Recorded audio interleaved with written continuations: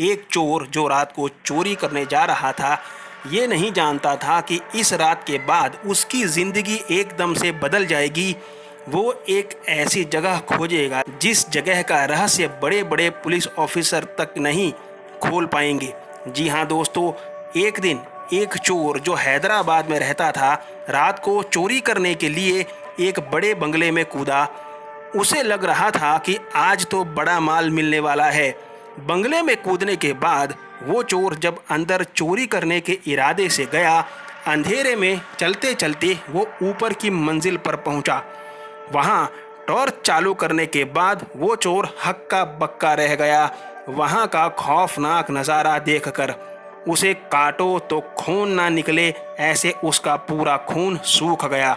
उस चोर ने जब टॉर्च चालू की उस अंधेरे कमरे में, तब उसके सामने 3 लाशें थी, एक औरत और 2 बच्चियों की लाशें।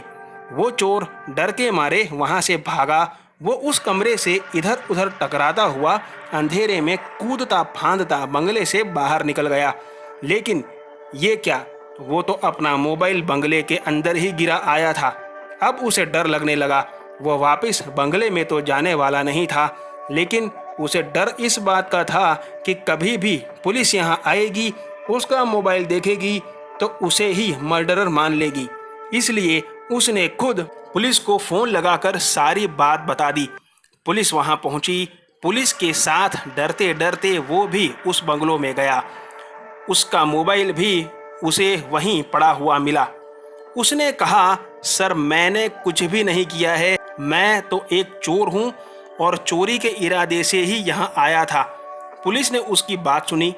पुलिस ने पाया कि काफ़ी समय से घर में कोई सफाई नहीं हुई है। लाशें पोस्टमार्टम के लिए भेजी गईं। रिपोर्ट बड़ी चौंकाने वाली सामने आई। रिपोर्ट में आया कि ये तीनों, मतलब वो औरत और दोनों बच्चियां 6 महीने पहले मर चुकी थी। पुलिस चौंक गई। 6 महीने? 6 महीने पहले अगर मर गई थी तो अभी तक तो इनकी लाशें सड़ चुकी होती। डिकम्पोजिशन की वजह से चारों तरफ बदबू फैल जाती। सेकंड ओपिनियन के लिए फिर से पोस्टमार्टम हुआ। उसमें भी वही रिपोर्ट आई कि इनकी मौत 6 महीने पहले हुई है। पुलिस ने अब कड़क इंक्वायरी शुरू की। पूरी सोसाइटी को इकट्ठा किया गया। एक एक से पूछताछ होने लगी, लेकिन पूछताछ के नतीजे और भी चौंकाने वाले आने लगे। सोसाइटी के कोई भी सदस्य ये मानने को तैयार नहीं थे कि इनकी मौत 6 महीने पहले हुई है। कई लोगों का यह कहना था कि इन्हें हम रोज़ देखते थे इनके घर पर। दोनों बच्चियां अक्सर घर के कंपाउंड में नज़र आती थी शाम के समय। उनकी माँ भी कई बार बालकनी में मोमबत्ती लिए खड़ी दिखती थी। कई बार दोनों बच्चियां खून की बोतल जैसा कुछ हाथ में लेकर घूमती रहती थीं।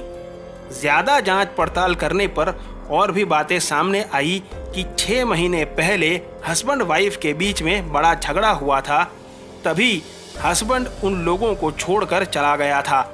तब से इनके घर से कई बार शाम के समय बच्चियों के रोने चिल्लाने की आवाज़ें आती थी, लेकिन पड़ोसी ये सोचते बच्चियां बदमाशी करती होंगी तो माँ मारती होगी। इसी दौरान तीसरी बार भी पोस्टमार्टम रिपोर्ट आई, जिसमें यही बात सामने आई कि इनकी मौत 6 महीना पहले ही हुई है।